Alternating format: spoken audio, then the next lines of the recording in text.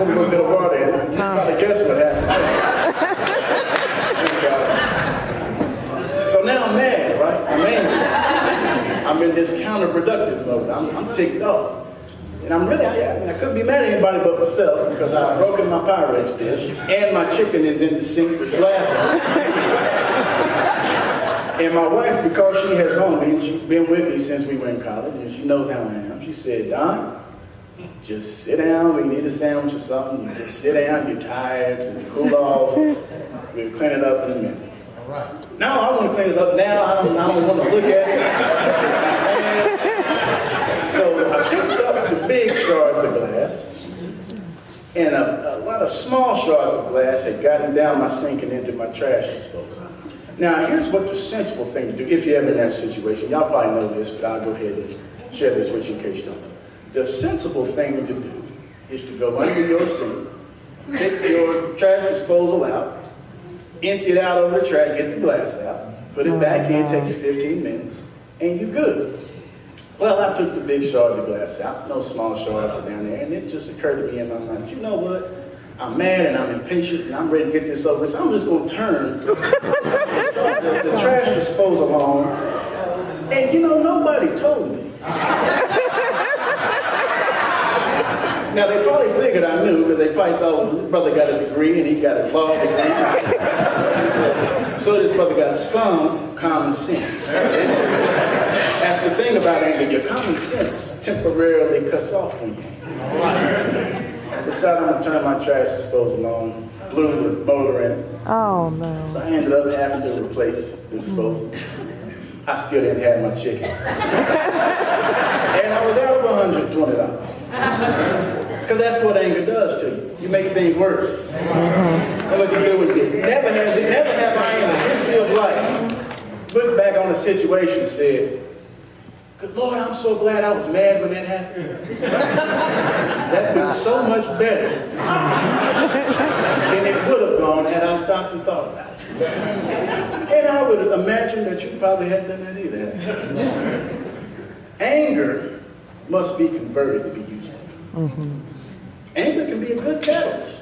It can spring you to some things. But that anger has to be converted into some thoughtfulness. And that thoughtfulness needs to be converted into a plan, and then that plan needs to be converted into action. And at that point, that anger is no longer the basis for why you're doing it. It simply is the thing that sprung you to do it in the first place. And that's what Dr. King understood. He understood we need to use this emotion. We need to use this passion. But now we need to fall back and we need to think about what we're going to do here. We benefit from that today. I got to thinking about why is anger so powerful, and I came to the conclusion, praying for it and thinking on it, that anger is so powerful because it is a spirit that is not of this world. When you allow anger to fester inside of you, it manifests into hate. Hate manifests in other things. I'll give you some prime examples. If our sense of justice is predicated on a spirit of hate and vengeance, then we end up achieving unjust outcomes in our pursuit of justice. We end up with policy that has a disparate impact on certain peoples, where we maybe should be thinking about how can we reintegrate these people into society? How can we rehabilitate these people? But in our anger and in our vengefulness, we just want to make sure they get what's coming to them. If a spirit of anger and fear and non-acceptance takes root in the populace, the masses will seek to oppress those who are different. Now the masses do this even though we know it is completely and utterly counterproductive to act this way. I'll give you a prime example of segregation. Both in its prior form as the law and in its current form as what some would say is a systemic byproduct.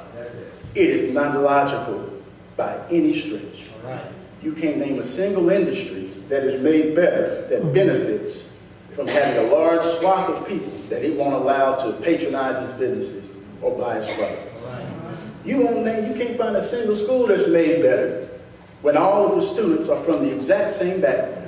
And they're not exposed to any thought, to any culture different from their own.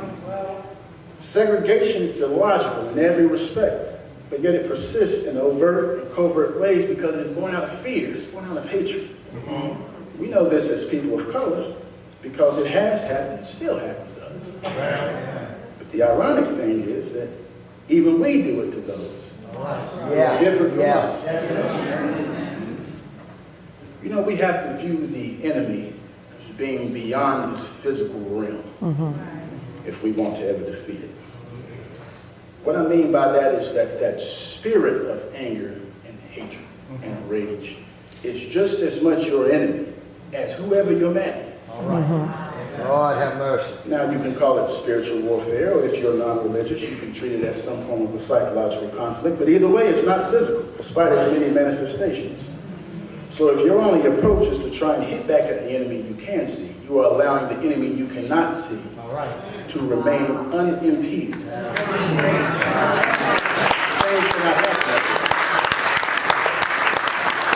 No movement can survive on anger and hatred alone, and the reason for that is anger just attracts itself. You think about any group you've ever been a part of. Once anger takes root and hatred takes root, what's it attract? Hateful people. And over time it implodes. It can't survive. It eats itself from the inside out. Now King understood this, and that's why his approach has stood the test of time. His was a godly approach, and I believe this because it only makes sense when viewed through a godly lens. Now, anyone who has engaged in any sort of theological study is familiar with the concept of Chronos and Kairos time. And to give you a little bit of understanding on what that may be for those that don't know, Chronos time is the root of the word chronological. Chronos time is something that we as humans can understand. It's linear. It's I went to college, then I went to law school, then I became a lawyer, and now I try cases.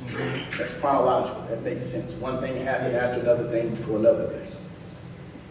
Kairos time is something different completely. Kairos time refers to the appointed time and the purpose of God. I think it's probably best articulated in Ecclesiastes 3, which starts with, to everything there is a season, and a time to every purpose under heaven. Kairos is what we might understand as God's time. Now, when we think of Dr. King, he lived a life of nonviolence. He preached love and he preached acceptance, even of those who oppressed him. And he was rewarded with a bullet to the head at a time when his leadership was needed the most. Now, by our measure, the timing couldn't have been worse. However, God's time is infinite. As I've already said, it's best understood in seasons. As a matter of fact, in the modern Greek, Kairos is actually a synonym for weather. Now, we may view a season as lasting only a few months, but God may view a season as lasting a generation. And when we view Dr. King's life and death from a generational standpoint, one can understand how his death at the hands of the very thing that he fought so hard against may have actually furthered his cause more than it would have had he lived on.